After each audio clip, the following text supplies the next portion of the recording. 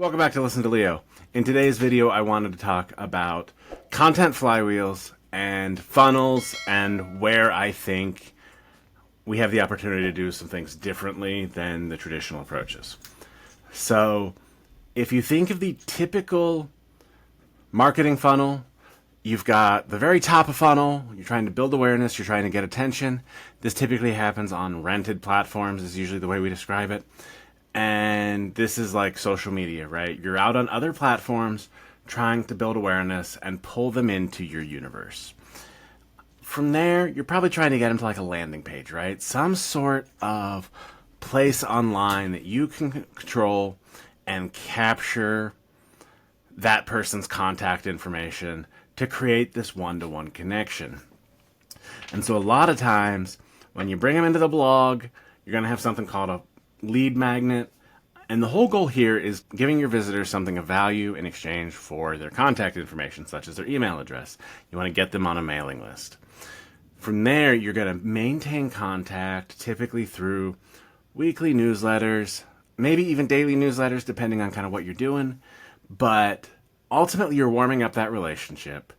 And then you're either selling off some of that attention with like newsletter sponsorships, things like that, or you're putting them into various email sequences, trying to get them to buy something that you sell. All in all, I don't think there's anything terribly wrong with this, except for the fact that so many people are doing that. A lot of people are doing it badly, and people are becoming, I think, overwhelmed. And I say this as somebody who is overwhelmed, and as somebody who has a newsletter. I subscribe to a lot of newsletters. I don't get to read all of the ones that I like. But not only those, I'm getting newsletters from everybody, because this is kind of the standard playbook, right? So, what happens when this stops working? This is a question that a lot of marketers don't want to ask. They don't want to ask because they don't have a good answer. And a lot of times their job depends on them knowing the answer, whether they know it or not. But they want to have something good to say about it. And so this is something I've been thinking about. Okay, with all this overwhelm, everybody's doing the newsletter thing. At best, some of them are working. At worst, it's just noise constantly that people are pushing out. So what can be different? And so with the stuff that I'm doing with Talk Homie, it's very much right now a content play. So it's my belief that I can use SEO as my top of funnel. So I want to build out a blog that has authority. I want it to drive traffic, and I want to capture that traffic. And so I have the standard lead magnet. In my case, it is a 10-day email course for first-time home buyers. So I've identified my target audience, and I've given them something that I hope will be useful. I'm going to give them this 10-day email course. Great. And this is where I think this particular use case is great for experimentation off of the typical approach, because let's think about a first-time home buyer. First of all, they're only going to be a first-time home buyer one time. Otherwise, they're just going to be a home buyer. Second of all, if I get them from before they buy a home until they buy a home, they're probably not in the market to buy a home again. Cool. All of a sudden, we're seeing that there's kind of this expiration date on them being in my audience, which is totally fine. I accept that, and I welcome it. So I don't want to keep them on my newsletter all the time. What do I want to do then? And this is where Talk Homie, being based off of the idea of choose your algorithm, is very, very powerful, because instead of going into this newsletter where I'm just emailing them all the time to kind of stay like top of mind, instead I'm going to provide them a resource. In this case, Talk Homie, the chatbot. And the chatbot is going to be there to answer their questions. And if I can answer their questions, then I'm going to be around as long as they need. And honestly, I don't want them asking questions all the time, because as they ask questions, that costs money, and API calls out to like OpenAI or whatever other provider I happen to be using. And so that's going to add up over time, certainly.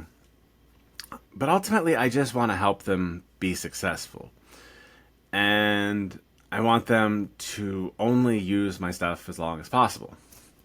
So, this is a great opportunity to move from the traditional newsletter approach into this lead magnet, get information, work them through the process, and not hold on to this information forever. So, I've been focusing a lot on building up the content library. I'm using Copy AI to generate blog posts. And what I want to do here is I actually want to create a content flywheel based on the activity that I'm seeing. I bring people in via search. They come in, they subscribe to the email, of course, and then they might opt in to the chatbot. And so what I'm thinking is that this is actually going to limit my audience from people who have just discovered into people who are more serious about potentially buying a house. Because I do ask for more information if they decide they do want access to the chatbot. And so a little bit of friction there to kind of determine how serious they are as a potential buyer. And from there, they get to start using the chatbot. Now, this is kind of an interesting thing because as they're using the chatbot, I can also find out what people want to know. And so this is going to identify new areas for me to create content, which is going to lead to more top of funnel, which is going to lead to more user feedback via the chatbot, which is going to lead to more blog posts for top of funnel, et cetera, et cetera, et cetera. And so if I can really get this flywheel spinning early on, it's going to really continuously feed into itself and create this giant content library that I'll be able to pull from. As I create more and more content, the chatbot is going to become smarter and smarter. I'm also going to be feeding it other types of information and giving it resources to other avenues. So as people want to dig in deeper, they're able to do that where people have already created content. And then I'll be able to take this and form partnerships potentially with realtors, with lenders, with whatever, because I'm going to have access to this data set that becomes incredibly valuable because it's a bunch of high intention potential buyers who have already shown themselves to be serious, right? And this is one of the problems with the internet because there's so little friction involved with a lot of this. It's easy to get high volume, but it's much harder to determine actual intent. And when you're paying for users to use a service, especially if you're not monetizing them directly, you want to weed out the people who aren't serious buyers because they're going to be dropping your user value down. And that's obviously not something you want. That's a good way to go broke. If you've raised a bunch of venture capital and you can stand to just lose a ton of money, good for you. This isn't going to be a venture play. If anything, I've potentially thought about bringing in a single investor who knows the space and has connections and things like that for ways to monetize this that I personally don't have, and I'm going to have to kind of figure out as I go. But ultimately, this is going to be the approach I take with Talk Homey kind of moving forward. If you weren't around for some of the earlier stuff, if you haven't seen it yet, basically I started off with this idea is I'm going to build this chatbot for realtors. I'm going to get them to embed this chatbot on their website. And so I built out a little bit of a proof of concept, sent out several cold emails to realtors. Just want to get some feedback here, and crickets. And that's when I realized, okay, I don't actually need to rely on the realtors to put this on their website. I'll just build out the bot myself. I'll attract the traffic myself. And then instead of relying on all the realtors to attract traffic to their top of funnel, whatever that happens to be, I'll instead build my own funnel that I'll be able to use in order to create this flywheel and potentially still have the option to offer it to realtors and have it on their website as well, which gives us kind of another way.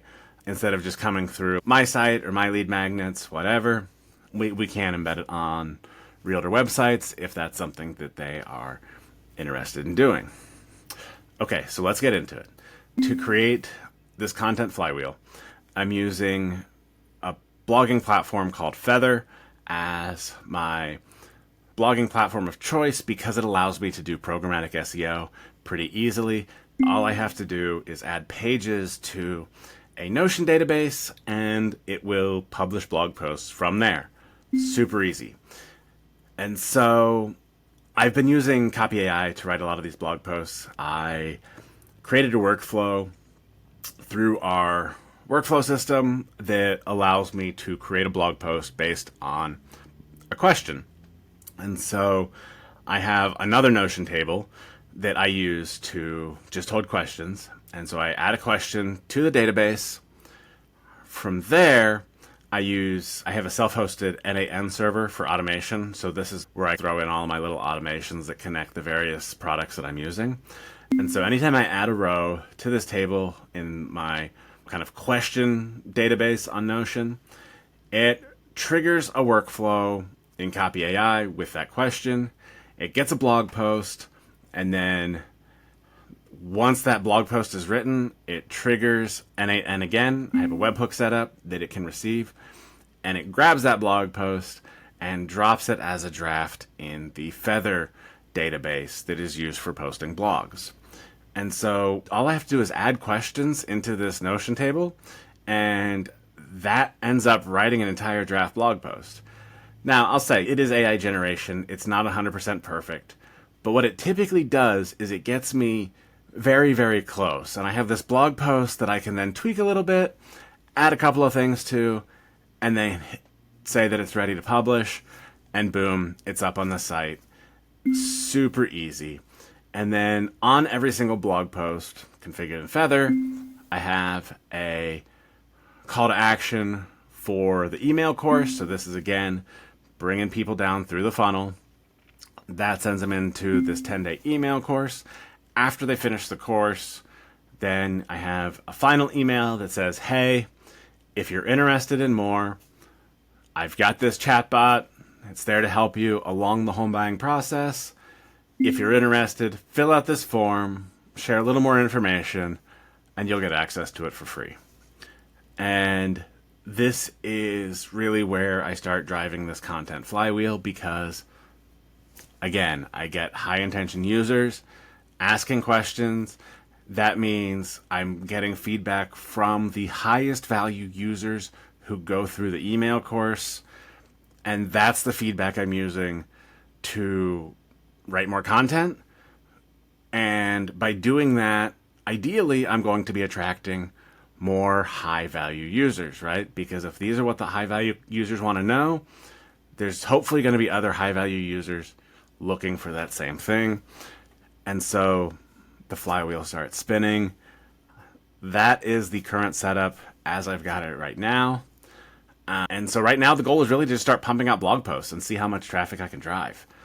I need to really do some more marketing as well. Figure out other places that I can get it until Google picks it up. I don't know how long it'll take for Google to index this, but the goal is to just push out as much content as possible and hopefully get some things indexed sooner rather than later. So we'll see how that goes, but there's the plan. Completely outlined the strategy behind it and the actual tactical implementation of it to make it as smooth and quick as possible. The one thing I didn't get into is kind of how the chatbot's done, but I've talked about that on other videos, and I'll be doing some more in-depth videos with that as well, because I think that's an important piece of the process. That is going to be kind of a lot of the basis behind Choose Your Algorithm as I build out that library so that other people will be able to use it for, again, kind of similar approaches. I think this is a very powerful way to still kind of utilize email as that contact source to build that relationship, but not have to worry about sending users the same thing, sending users emails every single week, way beyond past when you should need to contact them because they're already done with the process that they signed up for in the first place.